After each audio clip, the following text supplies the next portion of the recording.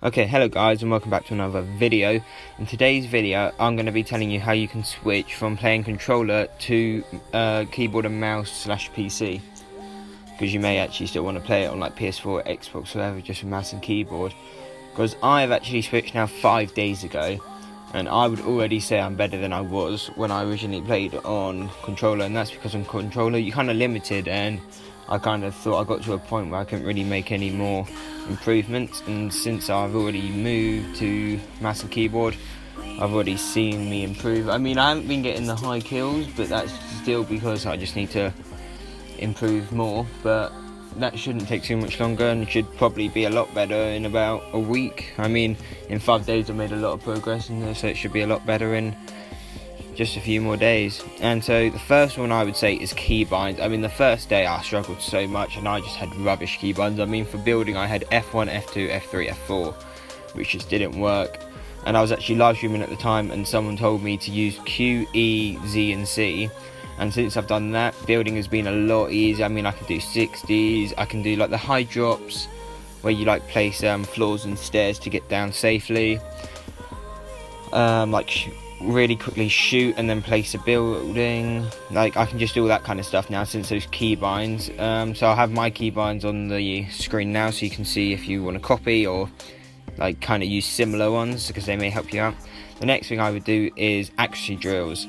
I've got a code on the screen now for the one I've been using, and it basically just allows you to test your gun skills really quickly. Like, I mean, going into games, you're not going to improve that quickly because you're only getting into about 2-3 gunfights a game, and I mean, especially when you're first starting, you're probably going to be dying.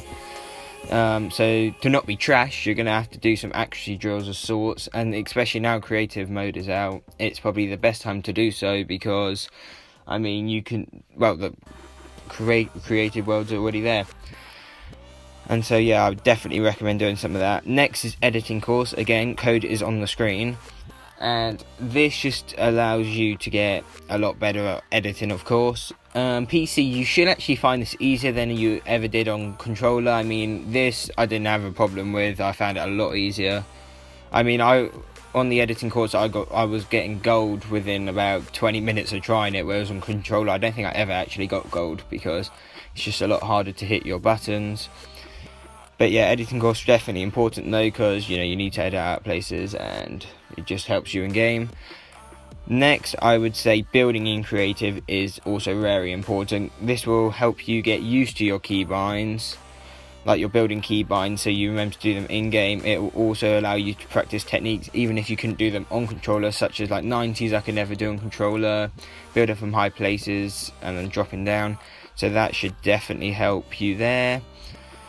So just do all that, even just like your wall ramps. I mean, you can even practice triple ramps and stuff. Just even if it's just like 3 hours or so you spend in there straight or over a period of time, I wouldn't really play games until you won. So I was fine with the building, I was also fine with the accuracy, but I wasn't fine that switching from building to getting a shot on.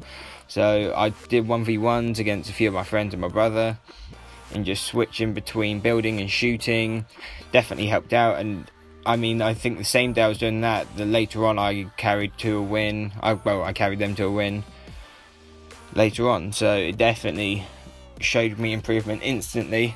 And guys, I also have some last minute kind of tips, and the first one would be using stretch resolution. You can search that up on YouTube if you want to know how, and it kind of just stretches your display so you can see more on it.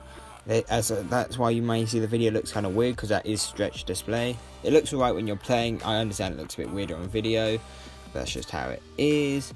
I would also say put on sprint by default. This will allow you not to have to press like shift or control, whatever you use to sprint.